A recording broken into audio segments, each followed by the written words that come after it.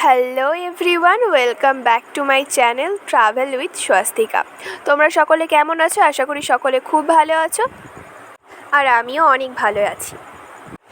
তো তোমরা ভাবছো তো যে এত সুন্দর সেজে গুজে এত লোকের মাঝখানে কোথায় গেছিলাম? তো চলো আমি বলছি, তো তোমরা শোনো। আমাদের কলেজে ছিল নবীনবরণ অনুষ্ঠান। যেহেতু আমরা ফার্স্ট ইয়ার এবং ফার্স্ট সেমিস্টার, তো সেই কারণে আমাদের নবীনবরণের জন্য ওখানে অনুষ্ঠান হয়েছিল, আমাদের জন্য অ্যারেঞ্জ করা হয়েছিল। তো তারপরে আমরা সমস্ত ফ্রেন্ডদের সাথে গেছিলাম এবং সবাই বেশিরভাগই শাড়ি পরে যাই, তো সেহেতু সবার রিকোয়েস্টে শাড়ি পরে যাওয়া হয়েছিল। সবাই পরেছিল, একটা মানানসই ব্যাপার। তারপরে আমরা আমাদের টিফিন নিয়ে একবারে ফটো তোলা শেষ করে চলে আসি অনুষ্ঠানের এখানে, এবং এখানে এসে কিছুটা পরিমাণ তোমাদেরকে ভিডিও শেয়ার করার জন্য এখানে কিছুটা ভিডিও করি, এবং তারপরে শুরু হয় আরতির গান।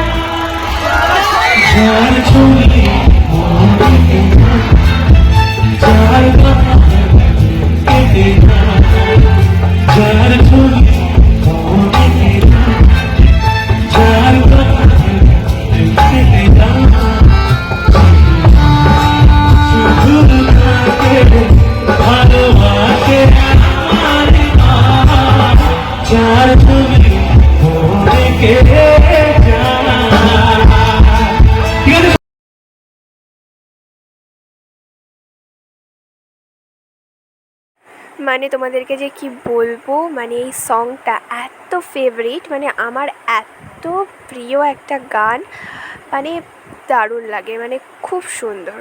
আসলে আবিদার আমাদের অনুষ্ঠানে আসার কথা ছিল না, তো উনি ওনার গ্রামের একজনের রিলেটিভের বাড়িতে এসেছিলেন। তো ওখান থেকে আমাদের কলেজে যেহেতু অনুষ্ঠান হচ্ছিলো, ওখানে দেখা করতে এসেছিলো, এবং তারপরে ওনাকে রিকোয়েস্ট করা হয় এই গানটা করার জন্য। যেহেতু এই গানটা আমার মনে হয় অনেকেরই একটা প্রিয় গান, তো ওনাকে সম্বোধনা দেওয়ার পরে গানটা করতে বলা হয়। এত প্রিয় একটা গান।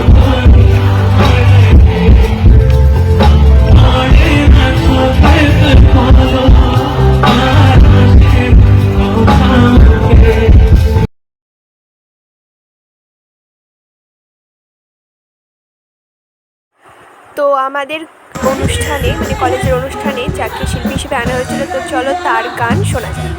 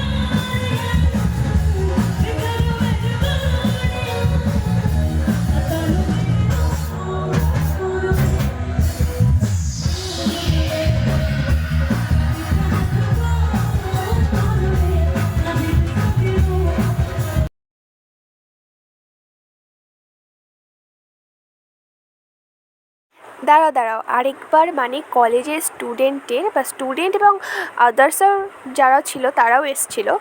তো একবার লুকটা দেখো, মানে এত পরিমাণে, মানে সবাই জমায়েত হয়েছিল, মানে একবার দেখো, মানে কেউ থেমে নেই, সকলে মনে হচ্ছে মানে ডান্স করছে। মানে লুকটা, মানে আমি দেখছি, মানে অসাধারণ, মানে এতজন, মানে একবার দেখো তোমরা, একদম জাস্ট ওয়াও। তো আমার সাবস্ক্রাইবারের মধ্যে যাদের কলেজে এখনও পর্যন্ত নবীনবরণ মানে যাদের কলেজে হয়ে গেছে, তো তারা আমাকে একবার একটু কমেন্ট করে দিও যে কতটা মজা করলে তোমরা। আমরা তো প্রচুর মজা করেছি, আবার মজা করতেও পারিনি। ভিডিও শেষে বলছি মজাটা কেন হয়নি। তো বাড়ি এসে মানে এই সমস্ত ভিডিওগুলো দেখে মানে এতটা ভালো লাগছিলো। আর তোমরা কিন্তু ভিডিও দেখছো, লাইক কমেন্ট শেয়ার সাবস্ক্রাইব কিচ্ছু করছো না, তো লাইক কমেন্ট শেয়ার অবশ্যই করে দিতে হবে, ঠিক আছে? আর তারপরে আমরা বাড়ি আসার জন্য রওনা দিই। তো আমরা এই যে এটা কী বলে টুকটুকিতে উঠে বসেছিলাম। তো তারপরে এটা ছেড়েও দিল। তো আমরা কলেজের সামনে দিয়ে যাচ্ছি। যারা এই কলেজটা চেনো অবশ্যই কমেন্ট করে দিও একবার, তাহলে আমারও মনে হবে যে তোমরা হয়তো আমাকে চেনো, মানে আমিও তোমাদেরকে চিনি। হয়তো এরকম হয় যে আমরা সবাইকে চিনি বাট মানে মুখ চিনি নাম জানি না, বা নাম জানি মুখ চিনি না, এরকম একটা ব্যাপার হয়।